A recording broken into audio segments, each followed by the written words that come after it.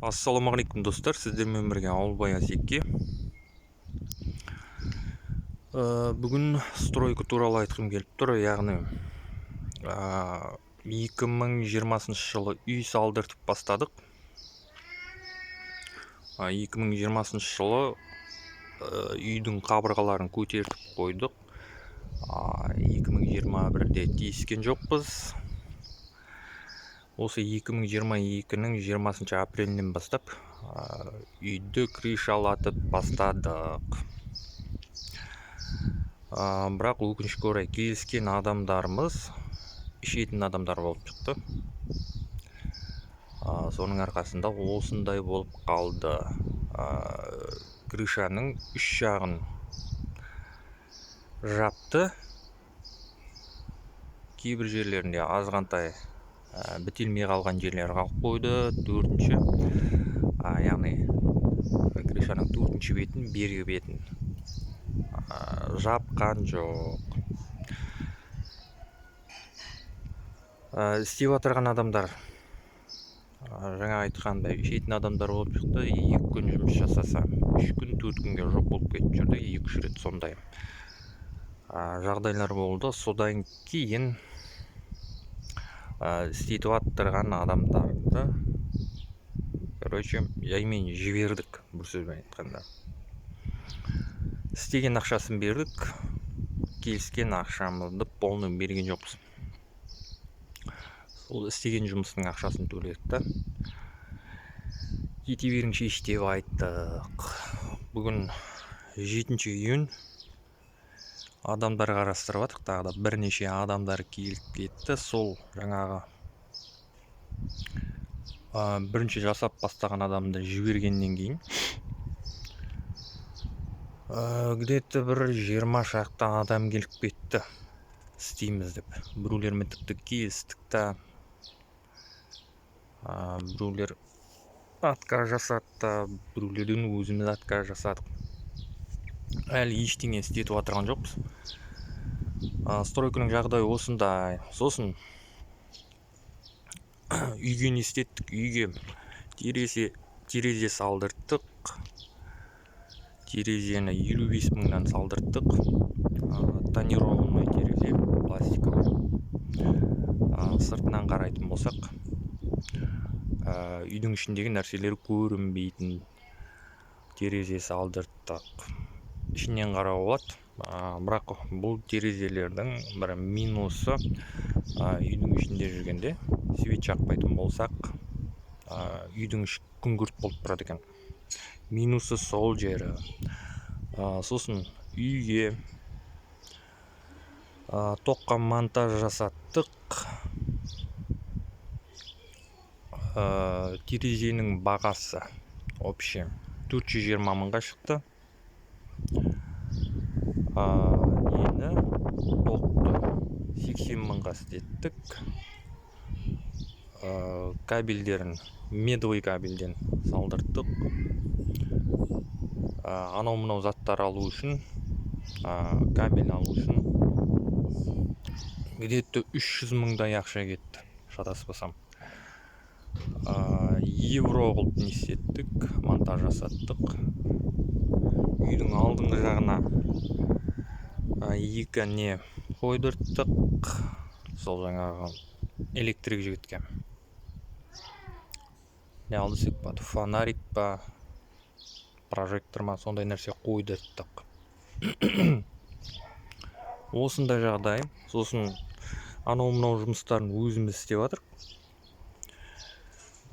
Кеше несін бітірдік, канализациясын бітірдік. Негізі 2020-да канализациясын өзіміз салдық. Канализация, су тұрба деген сияқты. Бірақ переделка жасап, қайтадан жасадық. Яғни канализациясына полный переделка жасадық. Су тұрбаларға полный переделка жасадық. Осындай жағдайлар. Сосын үйдің арт жағында бұрынғы үйдің котелі бар еді. Яғни котельный. Соны бұзып жатырық. Кеше бұзып бастадық. Жағдайлар осындай достар. Сосын тағы да не істедік. Крышаны істетуге негізі зат алып едік алдында 3-4 март күндері. Шифер алдық, ағаш алдық, тағы да анау заттар алдық. Ол туралы видео түсірдім жалпы. 150 асбест шифер алып едік. Ол жетпей алды. Қайтадан 30 шифер алдық. Шифердің бағасы 2000-нан алдық. Общий сумма, значит, 60 мың. Сосын обшивка жасатуға, яғни крышаның жан жағына обшивка жасатуға мынандай ағаштар алдық. Қанша 5-2 ма сондай ағаш. Сосын профнастиль алдық мынандай. Бұлардың бағасын білмеймін. Мен барған жоқпын. Мыналарды сатып алған кезде. Сосын мынандай нәрсе алдық. Конек алдық. Мынау оцинковка. Мына жағы 17, мына жағы 17. Общий 36 мына жермен қосқанда. Бұны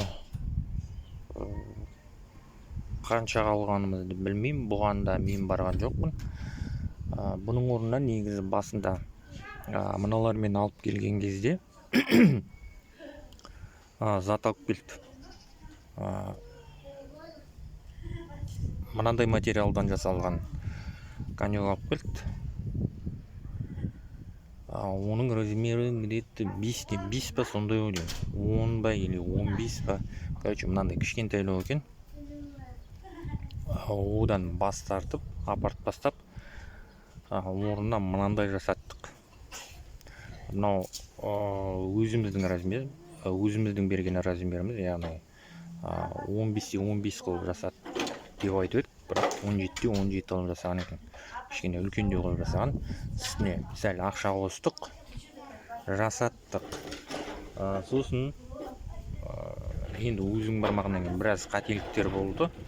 Не алып келіп қойған, біздер басында 7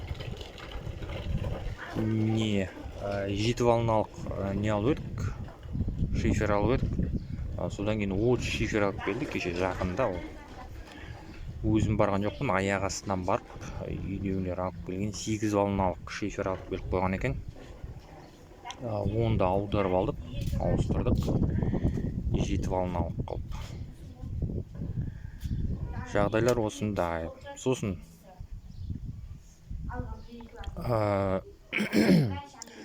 14-15 апрель күндері тағы да біраз нәрселер алдық үйге. Линолеум алдық. Сосын есік алып едік, есігіміз келді, сол уақытта келді. Сосын не алдық? Котел алдық.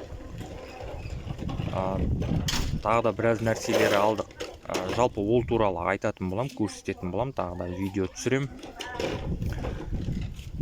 Сонымен достар, жағдайлар осындай, яғни стройкамыз осындай болып жатыр. Алдағы уақытта тағы да видео түсіретін болам,